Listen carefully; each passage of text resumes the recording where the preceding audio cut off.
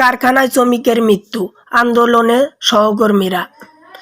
গার্মেন্টসে অসুস্থ হয়ে নারী শ্রমিকের মৃত্যুর পর আবারও আন্দোলনে নেমেছেন নারায়ণগঞ্জ সিদ্ধিরগঞ্জের আদমজী ইপিজেডের অনন্ত অ্যাপারেলসে কর্মরত শ্রমিকরা।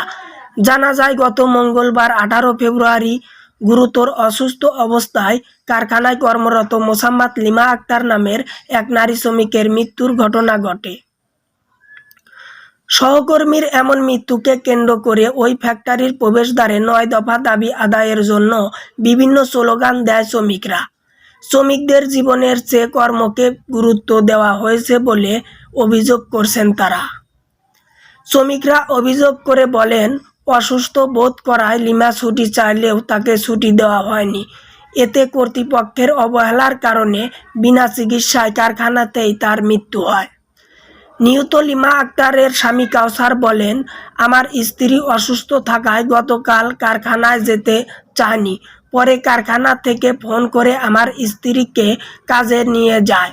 আমার স্ত্রী তাদের কাছে ছুটি চাইলেও তারা ছুটি দেয়নি। রাতে খবর পাই আমার স্ত্রী মারা গেছে। যে কোনো মুহূর্তে শ্রমিকরা অসুস্থ ও পারিবারিক সমস্যার সম্মুখীন হলে দ্রুত ছুটি নিশ্চিত করা সহ আরও 9টি দাবি তুলে ধরেন বিক্ষোভকারীরা।